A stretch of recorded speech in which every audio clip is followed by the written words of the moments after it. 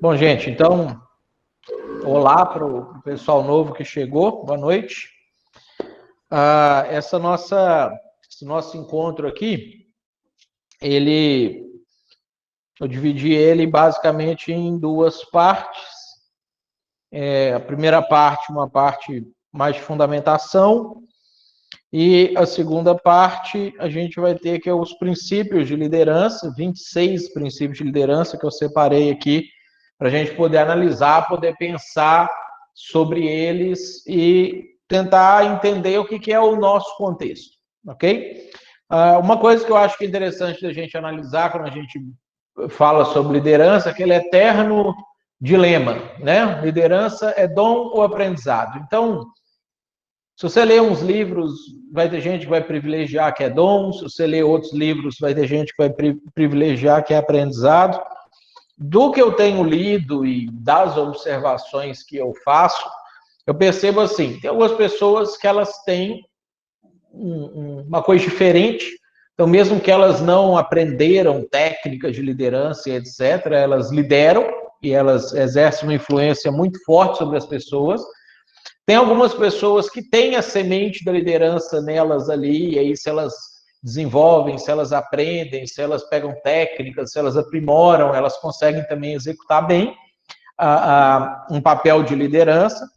E tem gente que não. A pessoa pode aprender, pode pegar todas as técnicas, pode repetir exatamente as mesmas palavras, os mesmos gestos, as mesmas coisas que outra pessoa faz e que deu certo no contexto em que ela fez, e que ela não tem a coisa dentro dela. Então, tanto do que eu tenho lido, que tenho livros nas duas correntes, quanto o que eu observo, né, eu acho que pelo menos um pouco de dom a pessoa vai ter que ter, um pouco de um talento, seja nato, seja dado pelo Espírito Santo a partir do momento na vida da pessoa, ela vai ter, e tem gente que não tem, né? Tem igual o cara que vai ser jogador de futebol, não adianta você aprender os fundamentos se você não tem um pouco de dom, de talento, a pessoa que vai ser profissional em determinadas áreas específicas, em algumas ciências específicas, ele não tem habilidade, ele não consegue desenvolver. Então, eu acredito que liderança entra nessa situação. E aí a gente tem uma diferença entre o que é liderar e o que é gerenciar.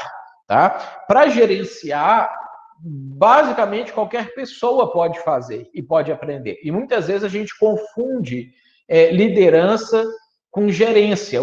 A pessoa que vai gerenciar, normalmente ele pega uma coisa que já existe, ou foi desenvolvida, ou até startada por um líder que começou aquele negócio, ele aprende algumas técnicas, algumas formas para poder manter aquela coisa em funcionamento e ele dá conta de dar uma boa manutenção. Então, existem líderes que gerenciam, que abrem mão de liderar para poder gerenciar, às vezes até por alguma questão específica de que já existe um líder maior ali na igreja, no departamento, na organização, e aí ele então vai se submeter a essa liderança maior, e o líder maior vai colocar ele numa posição de alguém que vai administrar coisas de acordo com regras pré-estabelecidas, ele vai gerenciar aquilo ali. Existem pessoas que não são líderes, que dão conta de fazer esse tipo de coisa também, mas basicamente a diferença entre liderar e gerenciar é que a liderança avança, a liderança ela influencia as pessoas e motiva as pessoas para elas saírem do ponto A e irem para o ponto B, para elas conseguirem desenvolver coisas que não existem, assumir desafios que naturalmente elas não assumiriam. E a gerência é você pegar técnicas, que às vezes a gente chama de técnica de liderança também, e você aplicar para manter uma coisa acontecendo. Quando a gente olha, estuda igrejas, né? Tem um livro muito legal, se vocês não leram ainda, que vale a pena ler, que chama Igreja Simples, do Tom Rainer, e se jogar Igreja Simples lá, já vai aparecer, basicamente é esse aí que tem no Google. Ele fez uma pesquisa com 1000 igrejas para ele poder escrever o livro dele. Primeiro era uma pesquisa de algum grau de graduação lá que eles estavam fazendo, o aluno dele que assina o livro junto com ele, e depois eles transformaram isso aí num livro. Quando a gente estuda, assim, uma gama enorme de igrejas, e você vai... no Brasil, a gente não tem estudos muito precisos sobre isso, que a gente não tem a cultura de fazer esse tipo de estudos aqui no Brasil, mas a gente consegue observar isso também dentro do quantas igrejas você conhece, dependendo da denominação que você faz parte. A gente vai observar que a maioria das igrejas, elas não estão sendo lideradas, elas estão sendo gerenciadas. Parte disso, eu acredito, que é porque muitas pessoas que são líderes acabam pegando o dom que eles têm de liderança e usam para serem líderes em empresas no mercado, para serem líderes como advogado, como médico, como engenheiro, como alguma coisa pública que ele entende que ele vai ganhar mais dinheiro com aquilo ali. E uma parte, eu acredito, que é também por preguiça, porque liderar dá muito trabalho, e a gente observa por N fatores, que os ministérios longos em igrejas e bem-sucedidos, eles não são regra. A gente não vê isso com muita frequência. Então, óbvio que você conseguiria me citar vários ministérios longos, mas se você pegar isso e você colocar dentro de uma estatística de quantos começaram e quantos chegaram lá, você pega a própria pessoa lá, sei lá, que já está aí com 50, 60 anos de idade, começou no ministério há 20, 30 anos atrás, e pergunta para ele aonde que os colegas de seminário dele estão, aonde que os colegas que foram licenciados, ordenados, consagrados para o ministério estão, a gente vai perceber que a maioria das pessoas vai ficando por N razões, e muitas vezes quem permanece liderando não faz a coisa com a garra que deveria fazer. E aí, a maioria das nossas igrejas, elas estão nesse estágio de serem gerenciadas ao invés de serem lideradas. Isso também acontece, muitas vezes, nas esferas de departamentos de igreja, porque a pessoa que está à frente da igreja, mesmo que ela seja um líder, às vezes tem medo de que outros líderes surjam dentro da igreja, nos contextos mais diversos que eles podem acontecer, e começam a nomear gerentes para os departamentos-chave da igreja. E aí a gente começa a ver o líder, ele não dá conta de ficar quieto, ele acaba saindo, né? Se você não cria um espaço propício para o cara florescer a liderança dele, ou ele vai, em algum momento, se revoltar contra aquilo, pode até te causar problema,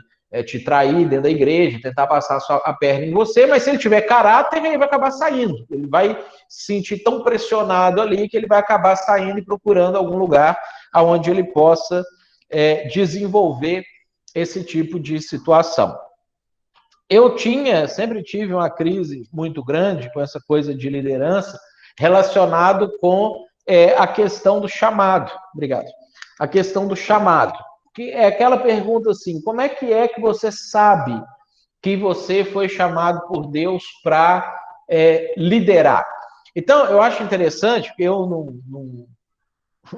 brinco até aí com a Lidiane, o pessoal, né? Eu não sou pentecostal, então, assim, Deus nunca falou comigo de aparecer e falar isso que te digo, vir uma fumaça, um fogo, um troço assim, eu nunca tive esse tipo de experiência. Tinha uma época que eu tinha uma crisezinha com isso, porque todo mundo, quando ia dar um testemunho sobre o chamado, falava assim, não, porque Deus me falou, eu recebi uma profecia assim, assim, assim, não sei o quê. Quando a gente vai olhar na Bíblia, quais são os modelos de chamados da Bíblia, a gente percebe que existem claramente dois modelos de chamado, tá? Você pode ler lá em Isaías, capítulo 6, do versículo 1 ao 8, que existem pessoas que são chamadas por Deus nessas categorias. Deus apareceu, Deus falou, mandou uma profecia, trouxe uma revelação, falou, quero que você faça determinada coisa, te traz uma orientação, como aconteceu com Paulo também, e às vezes esse tipo de chamado, ele é até muito mais claro desde o início. Porque Deus já fala desde o início para que ele está chamando você para fazer, para liderar, já fala quais são os dons e talentos de liderança que você tem e te direciona para uma coisa e talvez você não perde muito tempo patinando, fazendo outras coisas que não são necessariamente as principais coisas que Deus queria que você fizesse. Mas a gente tem também, se você ler lá em Neemias capítulo 1, pessoas que são chamadas à liderança sem nunca terem passado por uma experiência mística nesse nível que Isaías passou. Se você for perceber o chamado de Neemias, nenhuma passagem do livro de Neemias, Deus fala diretamente com Neemias, Deus aparece para Neemias, Deus manda um profeta falar com Neemias, mas Neemias, que tinha um conhecimento profundo da palavra de Deus, tinha uma compreensão a respeito de Deus, do caráter de Deus e da missão de Deus no mundo, do que Deus gostaria que acontecesse no mundo. E tinha uma consciência forte a respeito de quem ele era, dos talentos dele, das capacidades dele. Num dia ele escuta que Jerusalém estava destruída, estava acabada, tinha pegado fogo e não sei o quê, e o coração dele arde ao ponto de que ele não conseguia pensar em mais nada a não ser em dar um jeito de restaurar Jerusalém. Ele estava lá na Pérsia, era copeiro do rei, um bom emprego, um bom salário, um cargo de confiança, porque é o único cara que podia envenenar o rei era ele, então um cara extremamente de confiança do rei, e ele, só que ele não tinha gosto para aquilo ali mais. Então, às vezes, Deus, ele chama o líder desse jeito também. Deus vai tirando o gosto por algumas coisas da vida, por algumas coisas que às vezes era até o que você fazia, ou achava que você tinha que fazer, e vai inserindo no seu coração um gosto e um desejo muito forte por alguma outra coisa que você pensa assim, se eu não fizer isso aqui, eu acho que minha vida nem vai ter sentido. Tá? Então, como que a gente entende se Deus nos chamou para liderar? Ele pode levar alguém para falar com você, pode falar diretamente com você, ou ele pode fazer o seu coração arder por uma coisa de uma forma tão forte e combinada com os talentos e dons que você tem, você fala assim, eu conseguiria solucionar esse problema, eu conseguiria fazer isso, eu conseguiria mobilizar recursos e pessoas para poder fazer com que isso acontecesse. Então, são características de lideranças que a gente vai observando e de chamados que a gente vai observando e que ajuda a gente a nem julgar, né, os Isaías da vida que falam, não, Deus falou comigo, o que aconteceu isso, beleza, Deus fala com algumas pessoas nessas categorias, e nem julgar o sujeito que nunca ouviu Deus falar com ele, mas o coração dele arde de uma forma tão grande que ele pensa, não posso viver de outra forma que não seja dedicado para esse tipo de situação. Quando a gente pensa sobre liderança, uma das coisas muito importantes que a gente tem também na liderança é a questão da visão.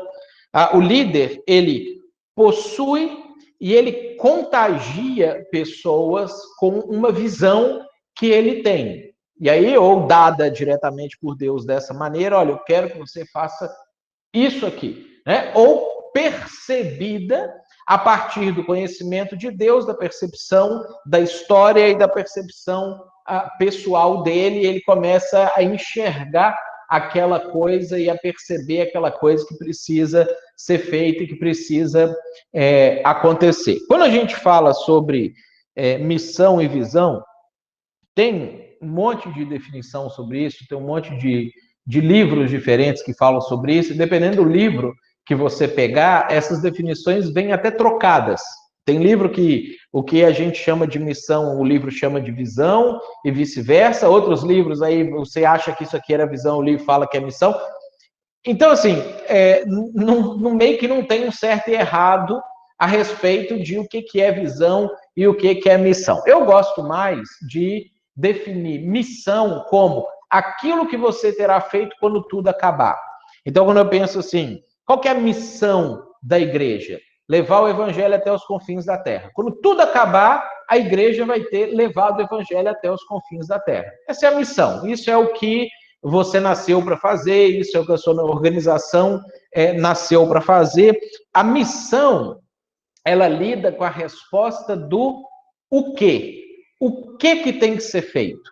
Então, isso é missão. E eu, pessoalmente, acho que a gente deveria ter uma missão de vida escrita também. Você deveria, de alguma maneira, sentar e organizar e pensar assim, qual que é a minha missão de vida? Não só para a sua igreja, para a sua organização, para o seu projeto que você tem, para a sua vida pessoal também.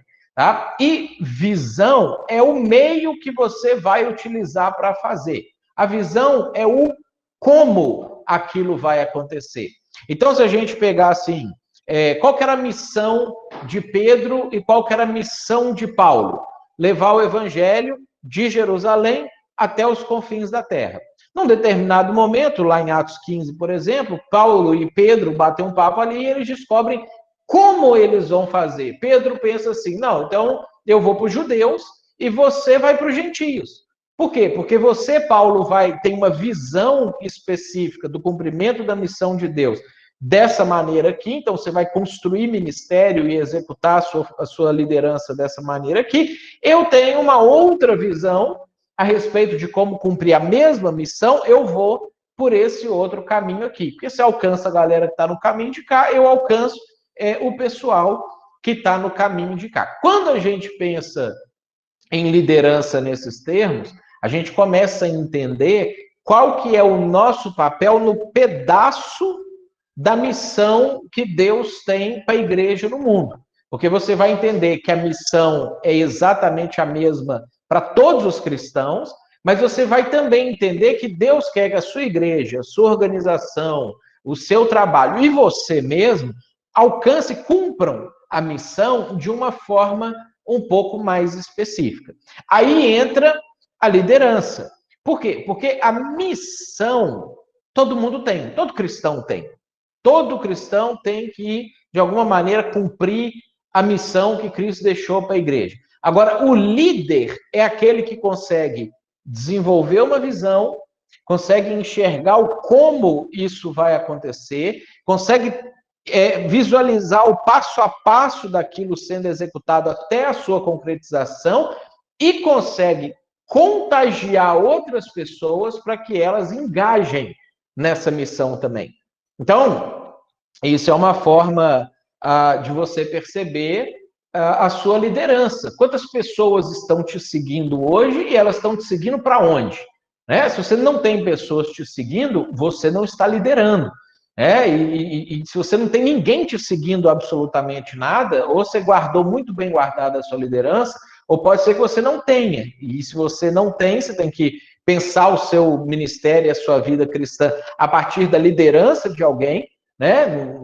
Não é todo mundo cabeça, porque se fosse todo mundo olho, cadê o lugar do pé? E Paulo vai falar muito bem sobre isso no corpo de Cristo. Mas se você está enterrando o seu talento que Deus te deu para liderar, porque você está querendo liderar coisas para si pessoalmente, aí é outro problema que você precisa desenterrar isso, entender que visão você vai ter para cumprir a missão e como você vai fazer para engajar as pessoas a partir dessa sua da sua percepção. Como que você pode desenvolver a visão? Então, lá em Neemias, capítulo 2, no versículo 17, que é diferente, o Neemias, ele ajuda mais a gente que Deus não falou claramente, né? Os outros que Deus falava claramente, Deus falava o que você tem que fazer, como você tem que fazer, né? Virou para o Oséias lá e falou assim, Oséias, você tem que casar com aquela mulher adúltera ali, né? E aí, não era, eu acho, né?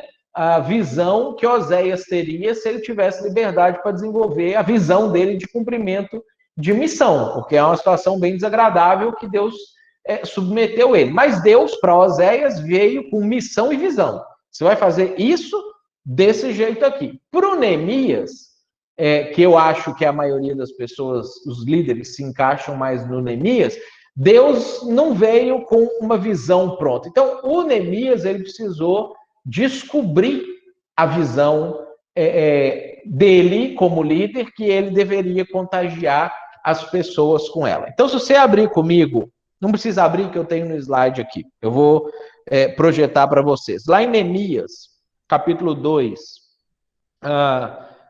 no versículo 17, a gente vai ver escrito assim, ó, quando Neemias encontra o pessoal lá, e fala assim, então eu lhes disse, vocês estão vendo a situação terrível em que estamos. Jerusalém está em ruínas, as suas portas foram destruídas pelo fogo. Venham, vamos reconstruir o muro de Jerusalém para que não fiquemos mais nessa situação humilhante. Então, nesse versículo, a gente tem um bom exemplo de uma construção de uma visão. Primeiro elemento da visão é o problema. E o líder, ele precisa ter a capacidade de definir o problema com clareza. Tem gente que sabe que as coisas não estão legais, mas não sabe por que as coisas não estão legais. Não consegue fazer uma concatenação de que isso aqui não está legal, porque isso aqui aconteceu, porque historicamente isso outro aqui aconteceu, e não consegue fazer esse link com as coisas, né? O líder, ele precisa conseguir definir o problema desde a sua origem. Tem um pastor, não sei se vocês conhecem ele, eu pelo menos ouvi essa frase dele, o Ricardo Agreste, da Igreja Presbiteriana Chácara Primavera, lá de Campinas. Ele fala uma coisa interessante a respeito da nossa geração, porque eu faço parte dessa geração também. Ele fala assim, que a gente tem a possibilidade e a facilidade de saber tudo o que aconteceu em qualquer lugar do mundo nas últimas 24 horas, mas a gente não dá conta de entender o que isso significa à luz dos últimos 24 anos, que é essa dificuldade da gente conseguir ligar a informação com o seu significado e a sua relevância. O líder, ele precisa fazer isso. Então, olha só o que Neemias fez. Ele chegou lá em Jerusalém e ele falou, olha, vocês estão vendo a situação terrível que estamos. Jerusalém está em ruínas, suas portas foram destruídas pelo fogo. Esse é o problema. Isso aqui é o que precisa acontecer. E aí, o que a gente vai ter aqui? A gente vai ter tanto o elemento histórico da destruição de Jerusalém pelos babilônios, tá? Quanto a negligência dos judeus que ficaram na terra de Jerusalém ao longo de mais de 70 anos em reconstruir a cidade. Eles sabiam que a cidade não estava legal, eles sabiam que a coisa estava feia, eles ficaram morando, gerações de gente ficou morando ali na cidade de Jerusalém, e Jerusalém nunca conseguiu se tornar uma cidade próspera, por quê? Naquela época, se assistir filmes da Netflix ali da época medieval, você vai ver isso também com clareza, tá? Você tinha, assim, dentro de uma terra, vamos pegar que isso aqui é a terra de Israel, você tinha os assentamentos, os vilarejos, né? Tipo Belém, Betânia, Cafarnaum, eram os vilarejos, as pessoas construíam umas casinhas ali, eles ficavam ou pescando quando era perto do mar, ou plantando aqui na volta, mas o local nunca prosperava. Por quê? De tempos em tempos vinha hordas de saqueadores, entravam na cidade, saqueava tudo, destruía tudo. Então eles nem conseguiam construir coisas mais permanentes e nem conseguiam prosperar. Quais cidades prosperavam? Quando eles pegavam uma cidade e construíam uma muralha em volta daquela cidade, porque eles sabiam que eles poderiam agora construir coisas permanentes, prosperar ali dentro, estocar alimento, produzir riquezas, e aí essas cidades se tornavam cidades prósperas, nas quais outras cidades se constituíam na volta. Neemias, que viveu a vida inteira na cidadela de Suzã ali, sabia esse tipo de situação.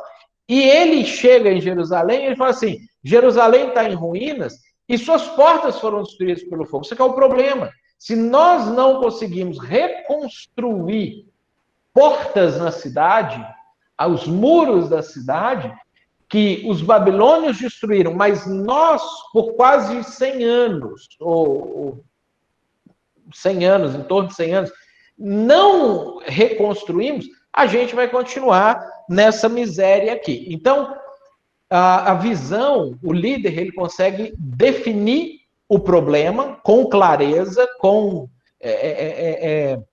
detalhes, riqueza de detalhes. Aí ele continua falando, ó, venham, vamos reconstruir o Muro de Jerusalém. Isso aqui é a solução. Né? Tem gente que tem talento nato para descobrir problema, e isso não faz dele um líder. Normalmente, isso faz dele um crítico. Ele consegue apontar todos os problemas, a pessoa tem uma percepção fenomenal para descobrir os problemas, mas ela não consegue apontar uma solução prática, viável, factível, para poder consertar aquilo ali que ela está percebendo. O líder, ele também precisa apontar a solução.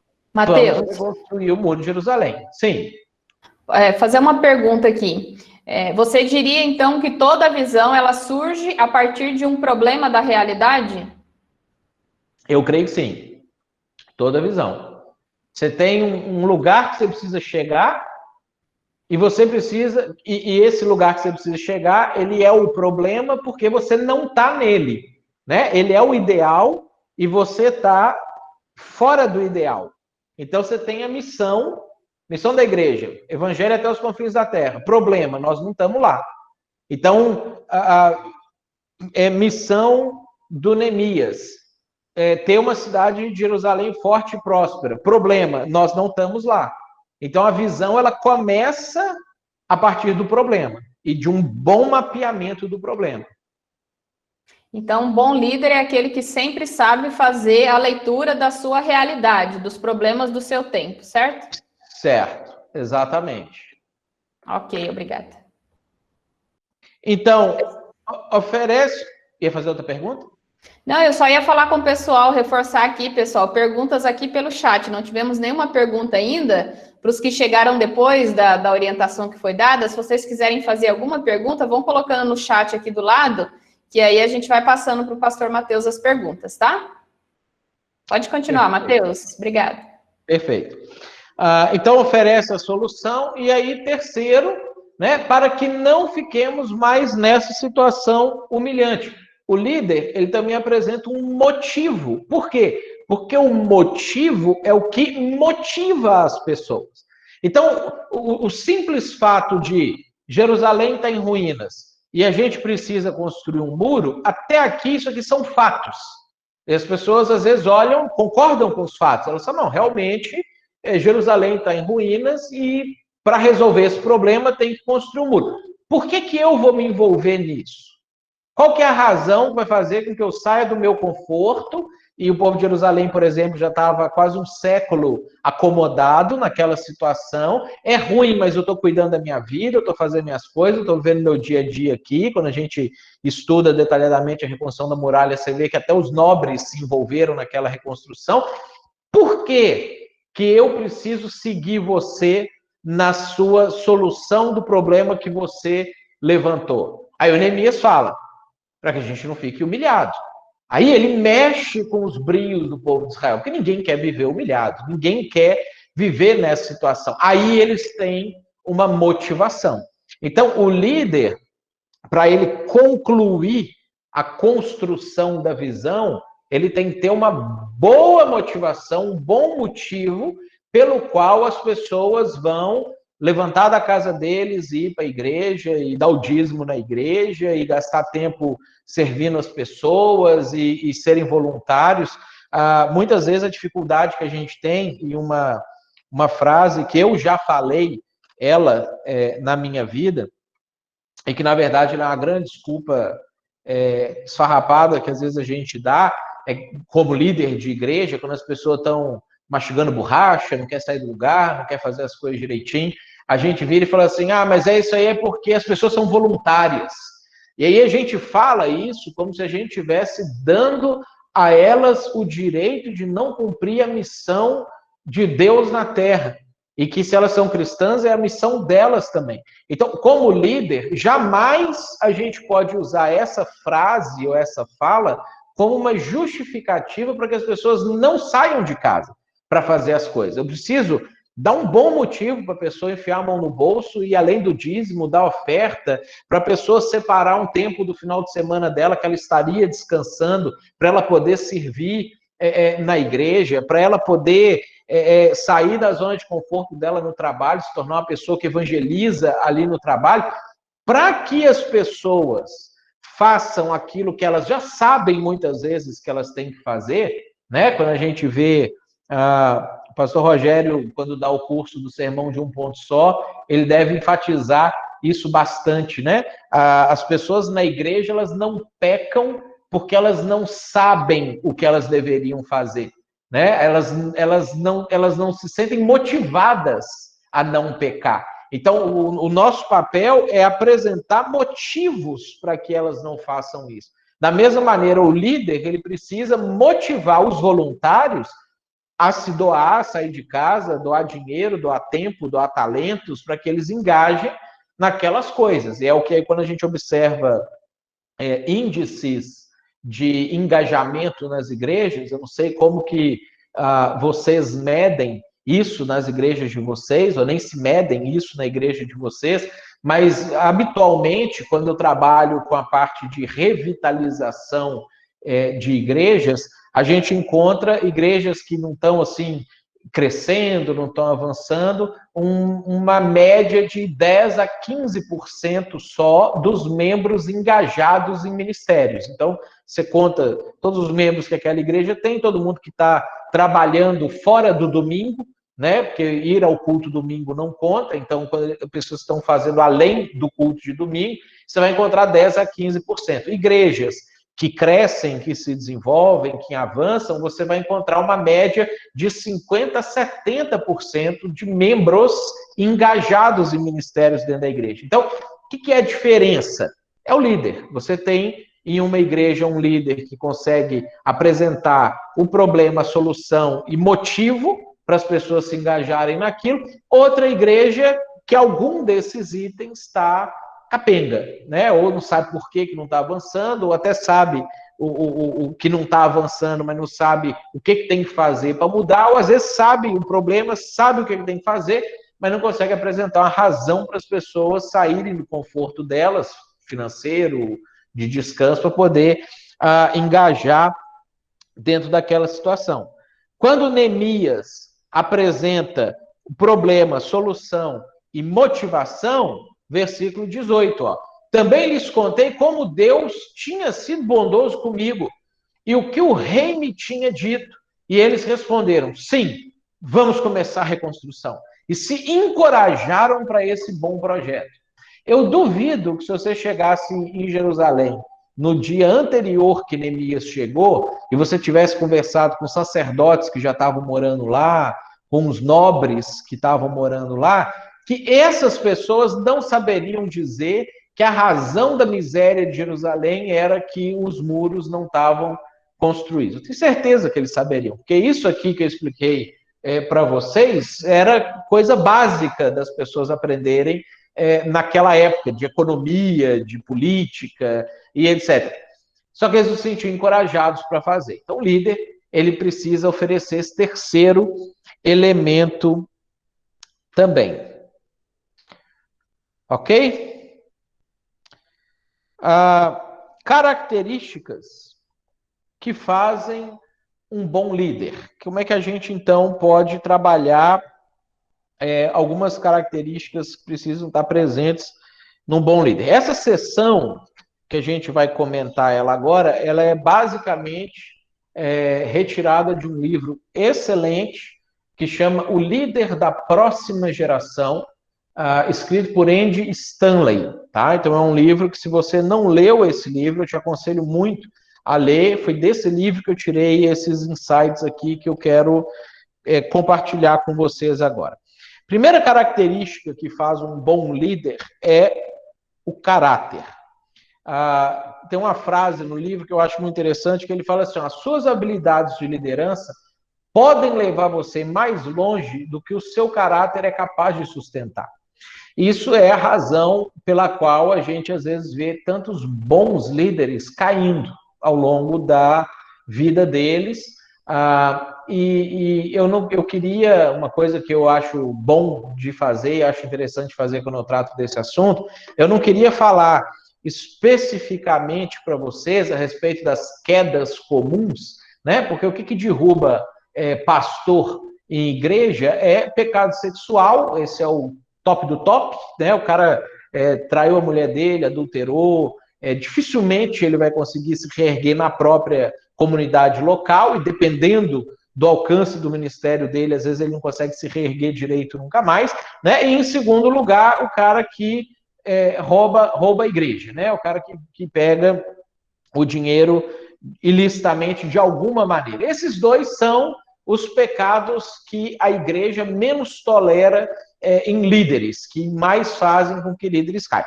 E todos os líderes sabem que eles não podem trair a mulher deles e que eles não podem roubar o dinheiro da igreja. Isso é tipo óbvio, né? Nem tem razão de você ficar repetindo e detalhando esse tipo de coisa mais.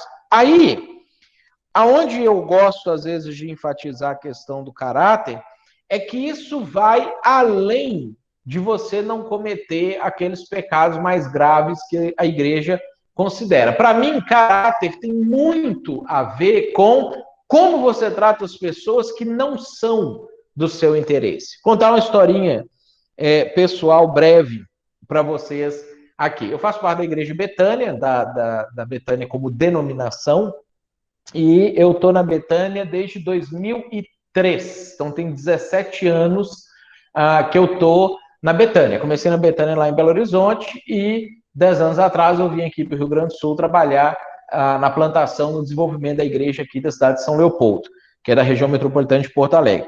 Quando eu cheguei na Betânia, a gente, como acho que todo mundo nas suas próprias denominações, você tem aquelas figuras que são figuras já famosas, entre aspas, dentro da igreja, que são os pastores já reconhecidos, são aquelas pessoas que, os missionários que você sempre ouviu falar deles, e que quando você encontra essas pessoas, você conhece essas pessoas, você fica doido para relacionar com eles, bater um papo com eles, aproximar deles e tudo mais.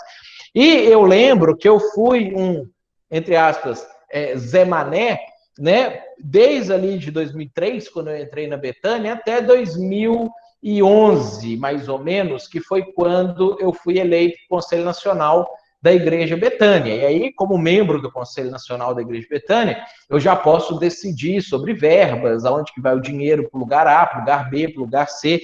E é interessante porque eu sempre fui doido, assim, de chegar perto das pessoas que eram pessoas consideradas mais importantes, mais famosas, bater um papo, perguntar como é que tá, como é que foi, o que você acha desse posicionamento bíblico aqui? Eu sempre gostei muito de falar de Bíblia, ou me conta como é que foi sua experiência no campo missionário, A, B, C, não sei o quê. E é interessante porque eu passei por essa fase, que eu era uma pessoa que não era do interesse de ninguém, né? Eu era um cara qualquer ali que ninguém sabia, aqui no Sul eles falam piade e aí falam palavrão, né? Então eu era aquele sujeitinho ali, aquele adolescente, jovenzinho ali que estava incomodando. E eu lembro assim, até hoje é engraçado, algumas figuras que, mesmo quando eu não era ninguém, me trataram bem, com respeito, pararam para me ouvir, para conversar comigo, para, de alguma maneira, lidar comigo. E algumas dessas pessoas até vocês devem conhecer. Uma é o próprio pastor Melquisedeque, não sei se ele está nessa live de agora, eu sei que ele estava na anterior. Ele era o presidente da denominação, eu era um Zé Mané ali qualquer, e ele me tratou super bem, me deu atenção. O Benides foi um cara que me tratou super bem quando eu não era ninguém, e me deu atenção, e conversou comigo, e nós somos bons amigos até hoje.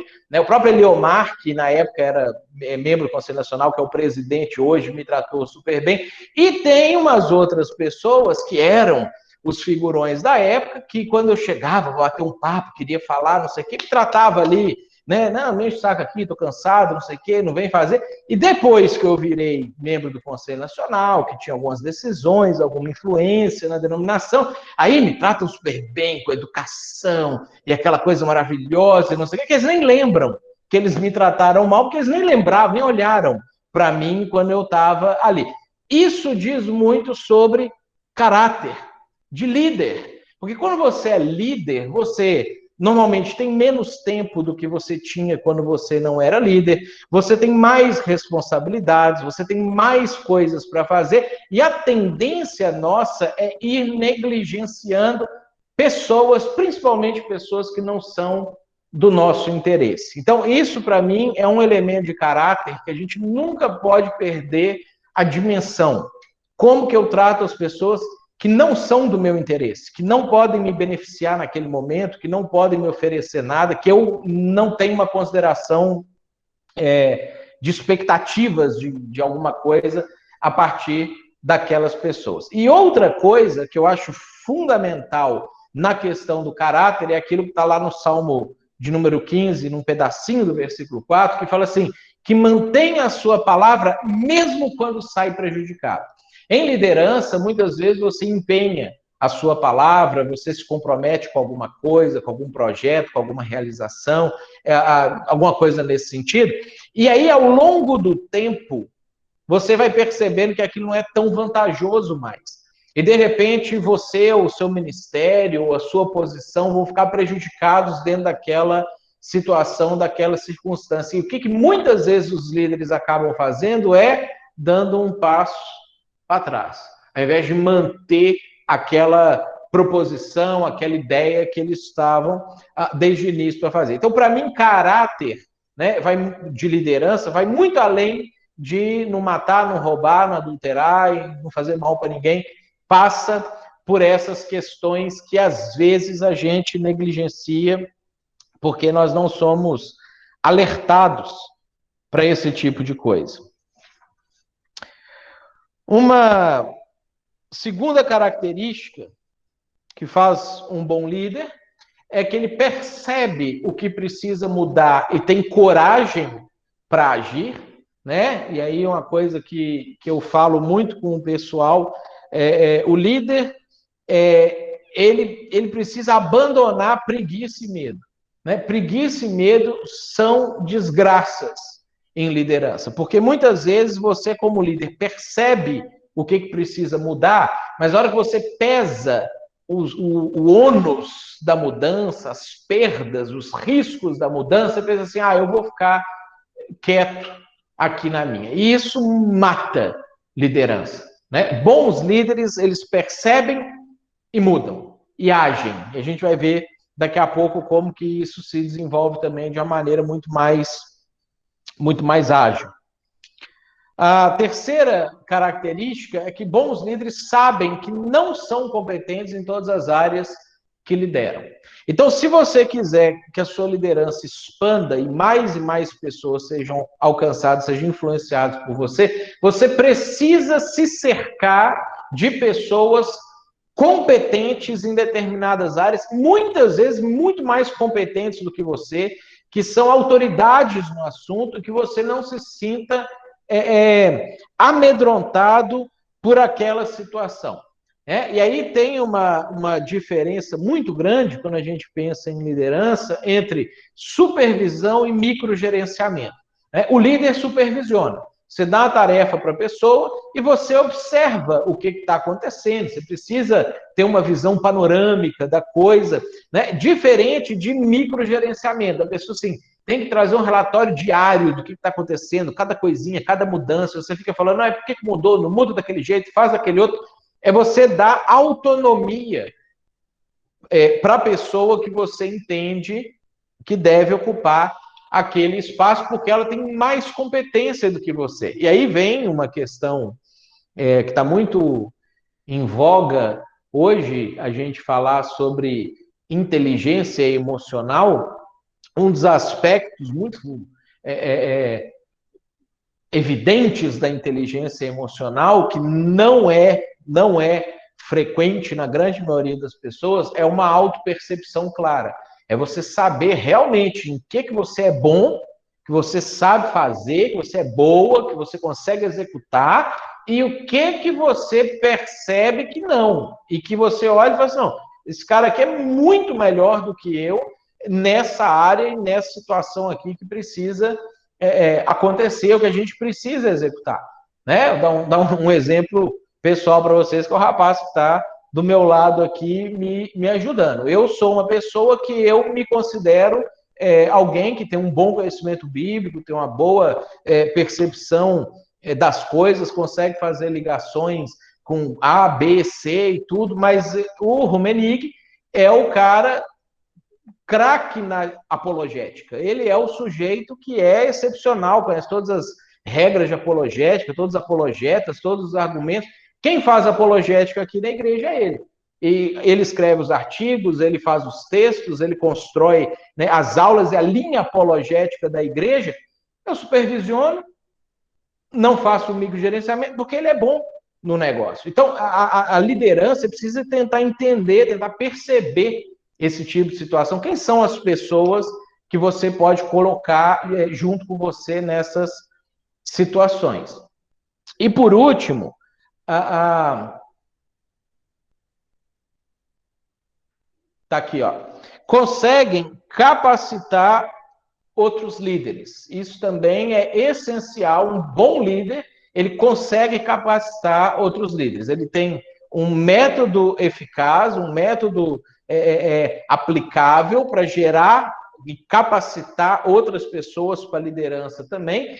E aí a gente tem os grandes inimigos da capacitação de líderes, né? Às vezes a gente se torna um líder centralizador, e aí você acha que tudo precisa estar centrado em você, o seu nome tem que aparecer em tudo, as pessoas têm que saber que você é que faz todas aquelas coisas, e gente centralizadora afasta bons líderes. Nenhum bom líder gosta de ficar do lado de gente centralizadora, né? Então, se você quer ter bons líderes com você, você precisa sair do centro e começar a colocar pessoas do seu lado que vão estar no mesmo nível que você, né? Outro problema é o medo de perda de qualidade. Esse aqui, por exemplo, é o que para mim é o mais que eu tenho mais que lutar contra ele, porque eu plantei a igreja aqui em São Leopoldo, então praticamente todas as coisas que aconteceram dentro da igreja, eu participei em alguma fase do surgimento dela, do acontecimento dela, e aí às vezes você está fazendo um negócio e você acha que a qualidade está excelente, e está chegando a pessoa que converteu recentemente, está começando a dar os primeiros passos na fé e etc., e é uma pessoa boa para fazer aquilo ali daqui a 3 anos. Aí você pensa assim, não, eu vou ficar segurando aqui, porque essa pessoa só vai estar boa daqui a 3 anos. Se ela não pratica, ela não fica boa nunca. E aí a gente, por medo de perder a qualidade, que vai acontecer num primeiro momento, quando você delega uma coisa que você fazia bem para liberar você para fazer outra melhor ainda, que ninguém pode fazer aquilo ali, você tem que tolerar que vai haver uma perda de qualidade momentânea, a pessoa vai se desenvolver dentro daquilo ali, e depois é que ela vai conseguir estar no top do top daquilo que ela está desenvolvendo.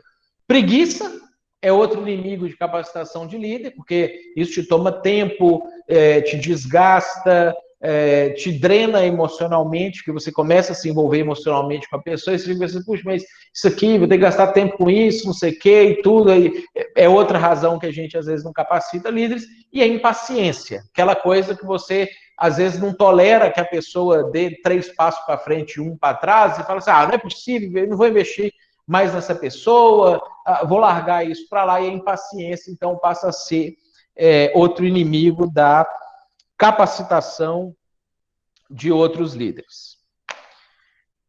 Então, esses são as 5 características que fazem um bom líder dentro dos insights desse livro do Andy Stanley.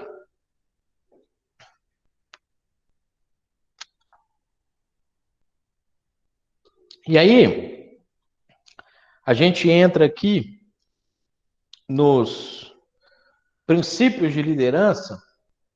Esses princípios de liderança aqui, eu tirei eles de vários livros de liderança, alguns diretamente da Bíblia, coisas que a Bíblia ela fala diretamente sobre aquilo ali. É óbvio que todos os princípios são bíblicos, né? Mas alguns a gente tira de alguém que leu a Bíblia e pensou aquilo ali. E principalmente um livro que ele chama Axiomas. Axiomas, do Bill Hybels, que é, sem dúvida nenhuma, um dos maiores líderes da nossa geração. Infelizmente, teve o episódio da queda dele, o que não invalida as coisas que ele escreveu e as percepções que ele teve, já que ele não só fez pessoalmente, como abençoou milhares de outras igrejas e outros líderes em vários outros países do mundo. A última vez que eu ouvi uma estimativa disso, eram 72 países em 37 línguas diferentes, que aquilo que ele começou e que ele fez direto e indiretamente conseguiu alcançar com esses princípios. Para mim, esse aqui é o melhor livro de liderança que existe, sobre liderança cristã que existe. Já li muitos livros, leio bastante livros sobre liderança, estou constantemente lendo livros sobre liderança. Para mim, esse é o melhor livro que existe, é um livro que depois vira livro de cabeceira para você consultar alguns verbetes. Ele é bem objetivo, são 76 axiomas, se eu não me engano, ele fala 1,5 página de cada um deles. Então, esse aqui é um livro que eu acho que você tinha que ter ele na sua vida como líder. E aí, alguns desses axiomas, desses princípios de lideranças, também são retirados desse livro do Bill Hybels, que eu considero um livro muito, muito importante. O primeiro que eu coloquei para vocês aqui é a linguagem importa. Como líder, você precisa... Vai falar, Lidiane? Não, Matheus, o pessoal está pedindo aqui só para você repetir o nome do livro e o nome do autor. Eu estava escrevendo aqui no chat, mas se você puder repetir aí também. Tá. É o Axiomas, o autor é o Bill Hybels. O nome dele escreve assim, Billhybels. Se você jogar Axiomas e Bill no Google, você já vai cair o livro dele. É um livro, tem pro Kindle, fácil, tem livrarias cristãs maiores, acredito que em Curitiba tem livrarias cristãs boas, né? Aqui no Sul a gente padece desse problema. R$36 na Amazon, se vocês quiserem comprar, e é o livro, na minha opinião, o melhor livro que eu já li sobre liderança, é esse livro do Axiomas, do Bill Hybels. É o livro que a gente usa como base aqui no Semibsul, aqui no seminário, como base das nossas aulas de liderança, é esse livro aí.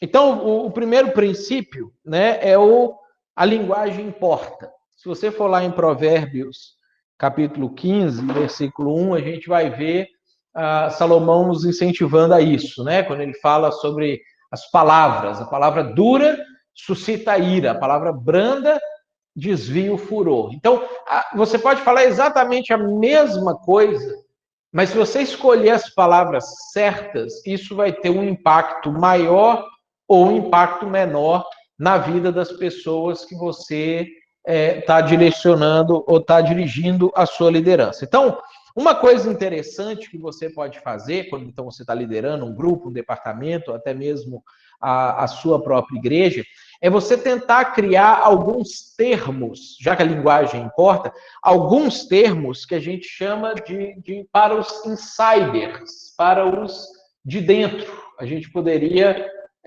colocar assim, palavras que, se você falar uma palavra ou uma expressão, todo mundo que faz parte da sua equipe de liderança, imediatamente eles vão entender o que aquilo significa para você e o que aquilo significa para o grupo. Então, por exemplo, a gente tem aqui na Betânia de São Leopoldo uma expressão que a gente usa que é igreja diferente. Né? Então, quando a gente fala dentro de uma reunião de liderança, que a gente fala em alguma situação, a gente está querendo modificar alguma coisa, modificar a liturgia da igreja, modificar um ministério e etc. E às vezes as pessoas elas estão com alguma resistência em modificar. Por que a gente vai fazer isso? Por que a gente vai mudar aquilo? A gente já faz isso há tanto tempo, por que vai mexer? Aí normalmente a gente fala assim, porque nós queremos ser uma igreja diferente. Aí todo mundo já entende que o que significa isso dentro do nosso contexto aqui em São Leopoldo. Que nós queremos fazer coisas que as igrejas da nossa volta não estão fazendo para a gente conseguir alcançar pessoas que a igreja da nossa volta não estão alcançando. Então, toda vez que a gente tem um impasse em mudar alguma coisa aqui dentro, e a gente lança esse argumento, fala assim, não, porque a gente quer ser uma igreja diferente, o impasse acaba. Porque as pessoas sabem o peso que essa palavra, essa frase, ela tem dentro do nosso contexto de construção de igreja. Então, a linguagem importa. Você pode criar palavras, termos, jargões que você vai usar para a sua equipe, para os de dentro entenderem que toda vez que você usar aquela palavra, vem toda uma gama de emoções, de história, de passado, de visão de futuro, carregado dentro daquela palavra. E aí, como é que você faz isso? Você pega uma ideia que você tenha a respeito de alguma coisa, cria essa palavra e começa a repetir isso para as pessoas, a martelar isso na cabeça das pessoas, a trazer dentro das reuniões, em culto, quando você vai pregar, quando você vai dar uma aula, quando você vai ter reuniões pessoais, vai numa cafeteria com alguém, fazer um discipulado, usa essa palavra repetidamente, porque aí isso vai introjetando nas pessoas, as pessoas começam a entender a linguagem própria dos de dentro, né? Do pessoal que faz parte da sua equipe, que você lidera eles, que você caminha. Cuida, obviamente, para você não usar essa linguagem com não cristãos, para você não criar um evangeliquez próprio e aí as pessoas não entenderem, você fechar para si, né? A gente está falando sobre liderança, sobre equipe, direcionamento de pessoas, então crie linguagem própria para vocês. Isso que você está falando da linguagem tem a ver com a visão, porque eu sei que esse exemplo que você deu, né, ser diferente, tem a ver com a visão da sua igreja.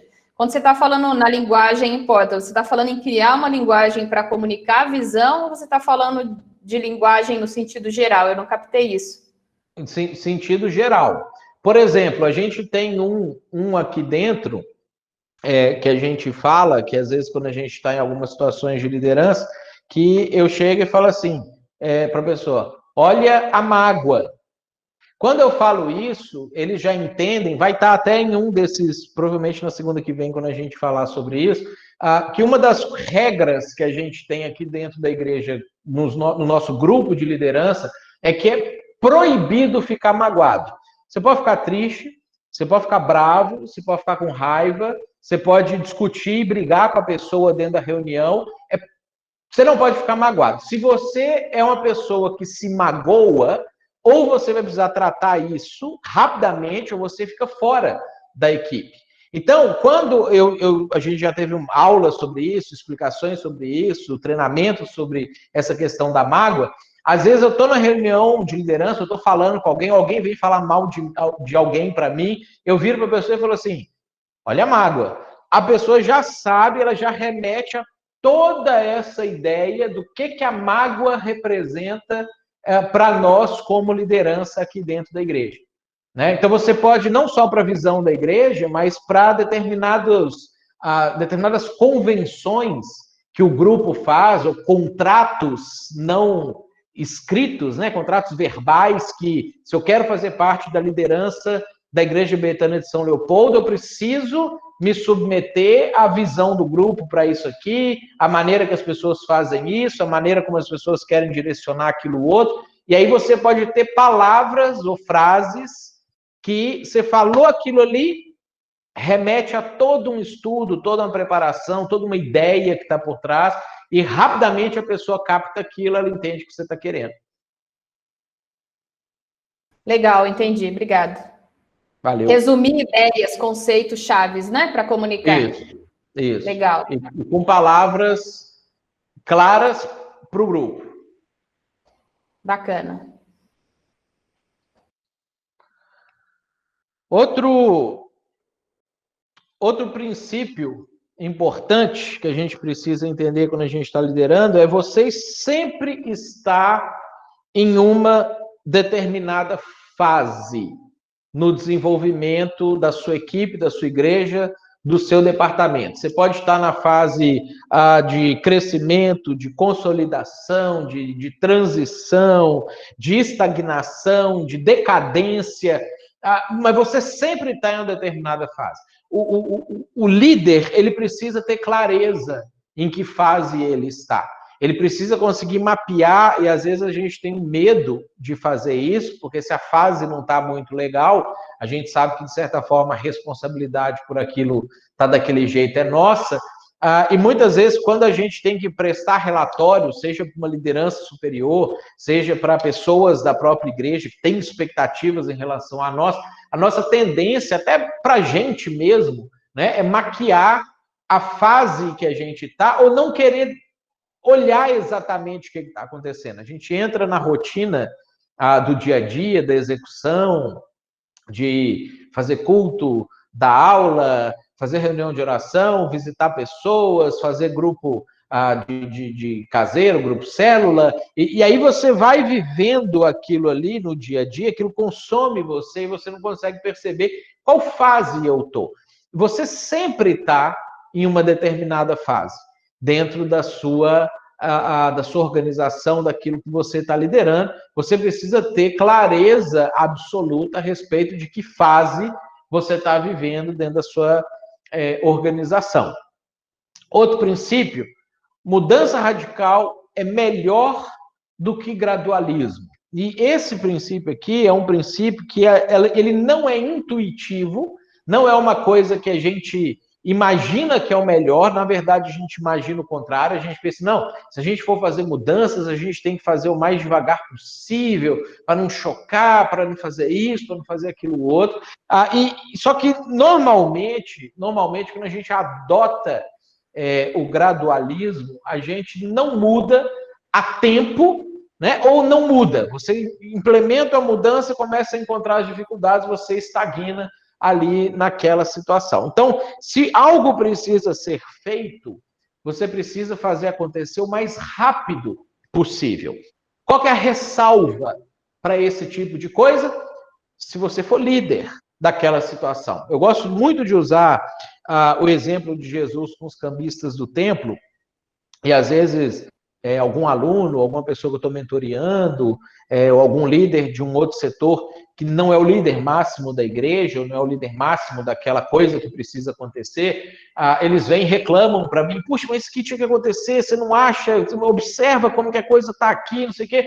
E aí a pessoa chega para mim e eu falo para ele assim, observa Jesus com os cambistas no templo. A gente sabe que Jesus ia no templo, pelo menos, desde os 12 anos de idade, que é a primeira vez que menciona que ele estava no templo. Então, vamos supor que aquela foi a primeira vez que ele foi ao templo. Então, dos 12 anos de idade aos 33 anos de idade, ele foi ao templo pelo menos por 21 anos. Ele frequentava o templo e, às vezes, assiduamente, não era só uma vez por ano. E ele via os cambistas fazendo aquela confusão que eles aprontavam lá.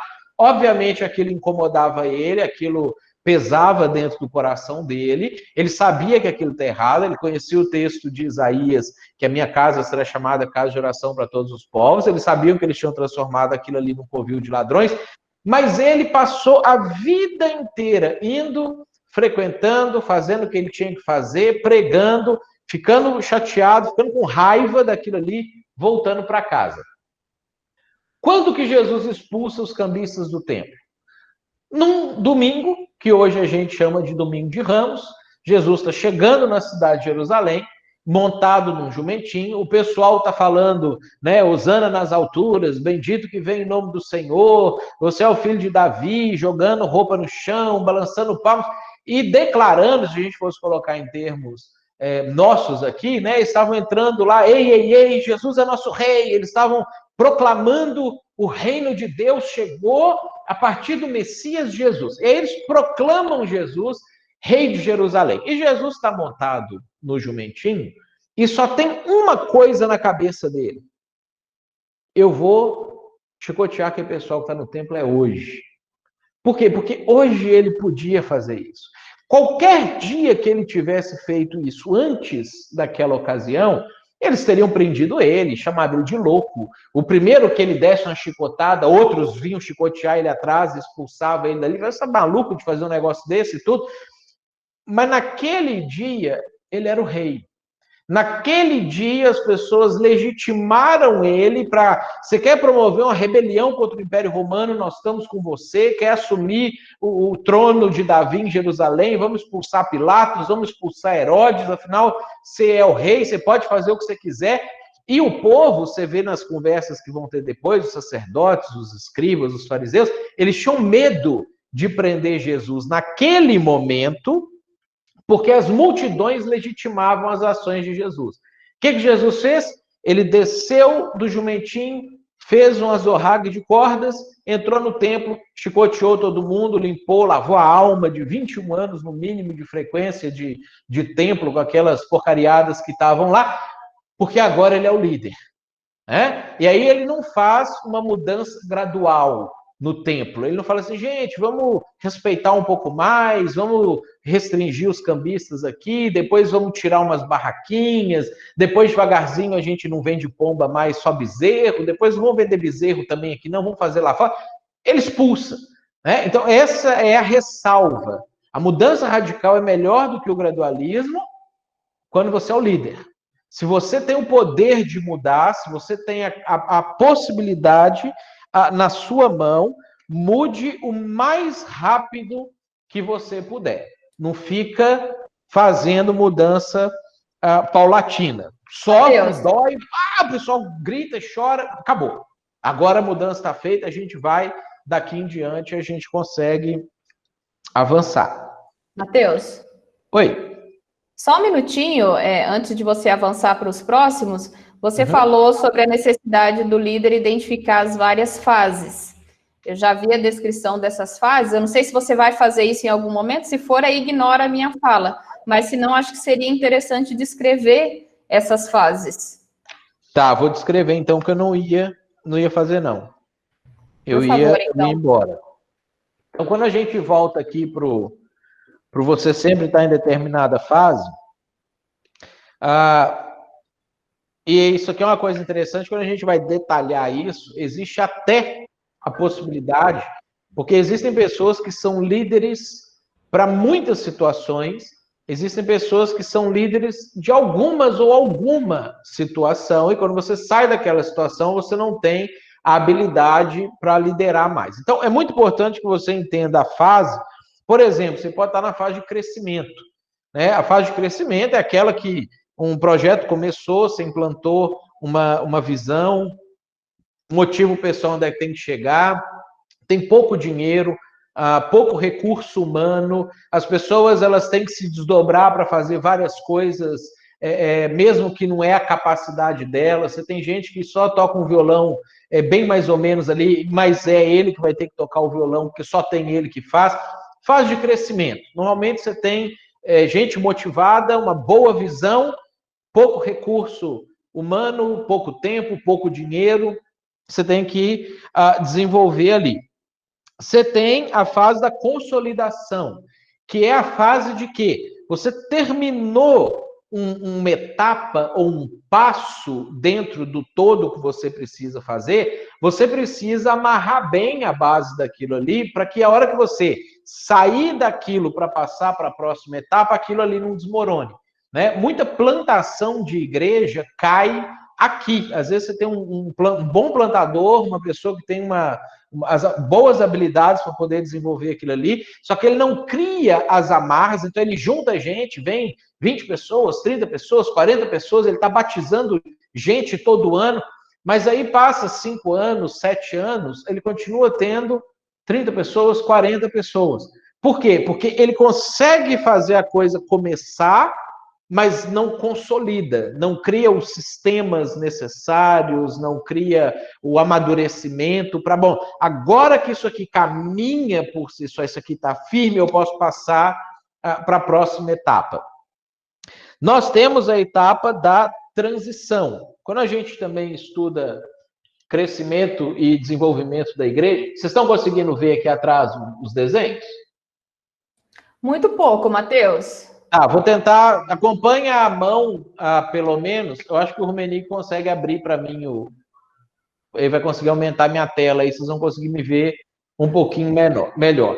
Toda situação, se você pegar um gráfico, mais ou menos nesse sentido aqui, onde aqui você tem o crescimento, e aqui você tem o tempo, ô, Matheus, você vai ver que todo projeto que dá certo, toda coisa que funciona, ele começa, né, aqui no ponto zero de tempo. Oi. Só um minutinho, só uma dica para o pessoal. Enquanto o pastor Matheus está escrevendo ali na tela, gente, em vez da opção apresentação, vai lá para a opção professor Matheus, que daí vai aparecer ele na tela toda. Aí a gente consegue ver bem o que ele está escrevendo. Tá? Em vez do segundo quadradinho ali, vai para o terceiro, que daí você vê bem o que ele está escrevendo no quadro. Pode continuar, Matheus. Vou fazer um desenho aqui. Então, aqui você tem o crescimento, nessa parte aqui do gráfico, tá? Aqui você tem o tempo, na parte de baixo aqui do gráfico. Então, o projeto começa, normalmente, se você é uma pessoa capacitada, um bom líder, tem algumas ferramentas na mão, consegue desenvolver o trabalho bem, e basicamente todas as coisas que funcionam, eles crescem, né? Mais ou menos assim, tem as suas variações, atinge um platô. Por quê? Porque o que você usou para desenvolver aquela igreja, aquele trabalho, até aqui esgota. Então, às vezes, você tinha uma boa visão, isso é uma coisa interessante quando a gente pensa em missão e visão, é que a missão nunca muda. A missão é a mesma para sempre. A visão muda. Você pode, a cada 3, 5 anos, 7 anos, 10 anos, rever a sua visão, se você ainda está alcançando a missão, ou se de repente aquela visão não encaixa mais na fase que você está para poder alcançar a sua missão no final. Nesse momento do platô, tá, é onde a maioria das organizações fica até acabar. E aí você tem a estagnação e você tem a decadência. É por isso que a maioria das igrejas acabam, né? As igrejas de Paulo todas acabaram, a igreja de Roma está lá, mas é mais ou menos aquilo ali, as igrejas na Europa acabaram, e aí você às vezes vê assim, igrejas que eram pulsantes, igrejas que eram fenomenal. Uma igreja que eu fico com uma tristeza, que está praticamente acabada, é a igreja que eu fui batizado. Eu fui batizado na Igreja Batista da Floresta, do pastor Glaico. Era uma igreja com quase 2.000 membros na época, era maior que a Batista da Lagoinha, lá em Belo Horizonte. É uma igreja hoje, em toda a estrutura fenomenal, com 30, 40 pessoas assistindo a igreja. Por quê? Porque ela chegou numa fase aqui, ela não entendeu que ela precisava fazer uma transição, que ela precisava retomar o crescimento a partir daqui e não a partir do que eles tinham planejado do zero, não faz a transição, você entra no platô e você decai. Então, a transição é quando você começa a entender que aquilo que funcionava no passado não funciona no presente e não vai funcionar para o futuro. Então, isso pode ser você, como líder, que vai precisar fazer a transição, sair dali e dar espaço para alguém mais novo. Acho que um grande exemplo que a gente teve disso na história do evangelicalismo brasileiro foi o reverendo Antônio Elias, pastor da Igreja Presbiteriana de Niterói, no Rio de Janeiro.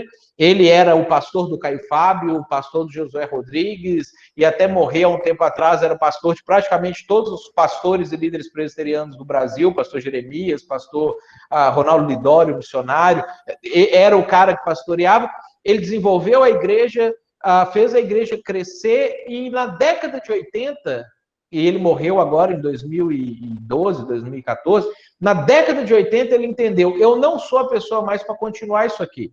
eu preciso fazer uma transição. Ele foi membro e foi pastor da igreja, da mesma igreja, o resto da vida, até morrer, em 2012, debaixo da liderança, primeiro do Caio Fábio, quando o Caio Fábio assumiu a igreja lá, depois quando o Caio Fábio não queria ser pastor de igreja mais, outros pastores foram passando por ele lá, ele dava o suporte e a igreja continuou desenvolvendo e continuou, e é até hoje uma igreja relevante na cidade de Niterói, ali no estado do Rio de Janeiro. Então, a transição é quando você entende que as ferramentas do presente não funcionam mais. E o que funcionou antes não continuará funcionando, eu preciso mudar as ferramentas, o jeito, a liturgia, a visão, aquilo que precisa ser mudado para que a coisa continue crescendo e se desenvolvendo dentro das novas realidades. Você tem a fase da estagnação, então muitas vezes você não faz a transição, ou um pouco antes da transição, você percebe que a estagnação aconteceu, que é quando você está patinando, quando você não consegue mais crescer como crescia antes. E a estagnação, se você pensar em um projeto de desenvolvimento de igreja, tanto de plantação quanto de crescimento de igreja, a estagnação ela vai acontecer em várias fases. Normalmente, de 0 membros a 40 membros, você vai ter já uma estagnação ali, de 40 a 100, 120, você vai ter uma outra fase de estagnação, depois você consegue crescer de 120, mas chega até 300, 400, estagna de novo, tem que fazer outras mudanças, e assim por diante, porque cada fase numérica de pessoas demanda ferramentas diferentes que funcionaram para chegar até ali, não funcionam mais a partir dali. Clássico exemplo disso é quando você está plantando a igreja, você evangeliza todo mundo, você discipula todo mundo, você pastoreia todo mundo, você conhece todo mundo pelo nome. Se a sua igreja tem 300 pessoas, 400 pessoas, é impossível você fazer isso. Às vezes com 100, 120, já começa a se tornar impossível de fazer isso. Se você não mudar o jeito que você liderava, fatalmente você vai estagnar. E a sua igreja vai ficar só daquele tamanho, ou o ministério que você desenvolve só daquele tamanho. E tem a fase da decadência, né? Todo organismo vivo decai. Todo organismo vivo, ele envelhece e morre. A gente aprende isso em biologia. Igreja é um organismo vivo em muitos sentidos.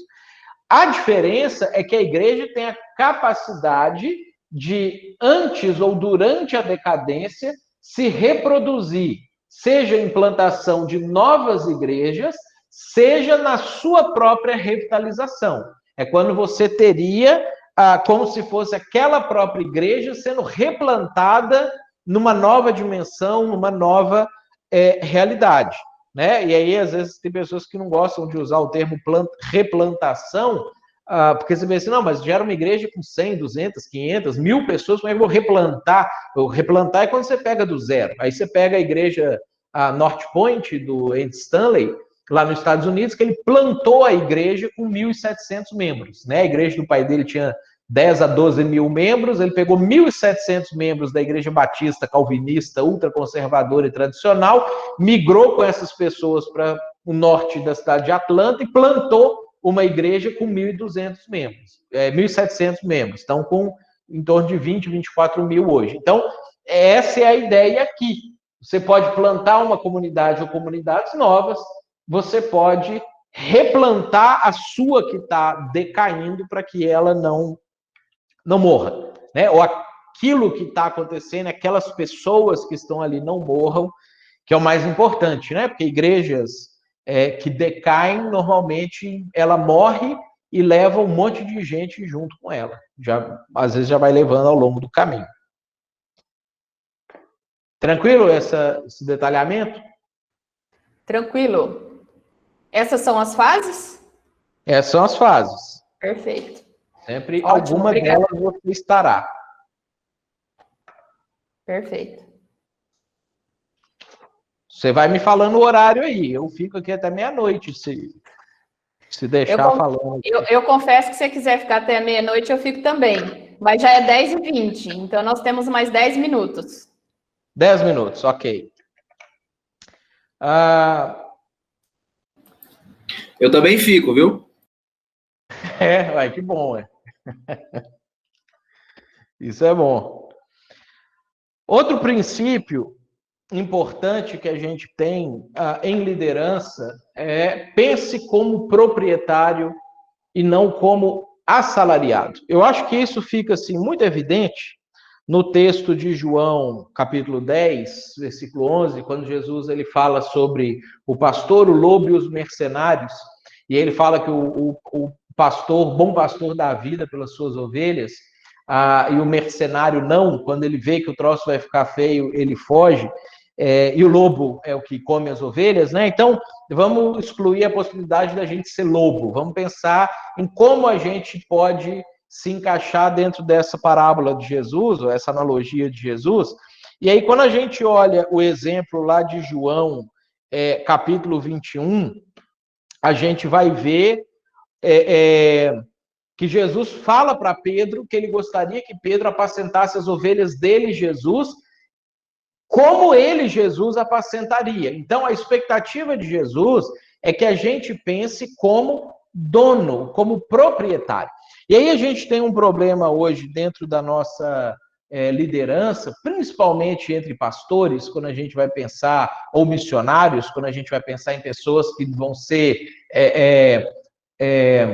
univocacionadas, vão ficar de tempo integral, vão ser remuneradas financeiramente por aquilo que eles estão fazendo, que às vezes a gente corre o risco, e até existe livro falando sobre isso, existe gente que advoga essa ideia, é aquela coisa assim, porque o pastor ele tem que ter horário, o pastor tem que ter férias, né? Você tem que limitar o tempo que você está desenvolvendo a igreja, que senão a igreja suga o seu tempo todo, a igreja consome a sua vida toda, você tem que cuidar da sua família também, você tem que cuidar do seu descanso também, tem que cuidar disso, daquilo também.